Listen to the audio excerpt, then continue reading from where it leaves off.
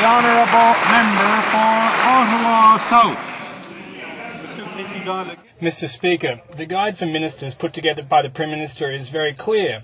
It states that ministers can delegate the development of draft policies to parliamentary secretaries, but that only a minister has, and I quote, the power to make ministerial decisions and take action, unquote. And yet the Minister of Infrastructure doesn't think these rules apply to him. Can he confirm the person who wrote from Rahim for submission to the department on Dragon Power's proposal is no other than his parliamentary secretary, Kimberley Michelutti? The Honourable Minister of Transport. Parliamentary Secretary is the member for Athabasca.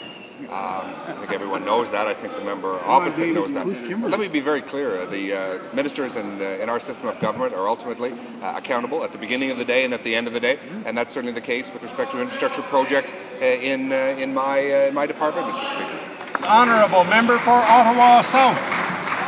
Mr. Speaker, the Minister tried to protect himself by setting up his Parliamentary Secretary as the gatekeeper for a $1 billion fund. And he did so in full knowledge that Parliamentary Secretaries aren't bound by the same lobbying and post-employment rules as ministers and their staff. Even with only a partial release of documents, we learned the Parliamentary Secretary's office had extensive discussions with GPG and used an independent environmental consultant to review all Green Infrastructure Fund proposals. Who is this consultant? Who authorized their hiring? And who paid for it? Honourable Minister of Transport.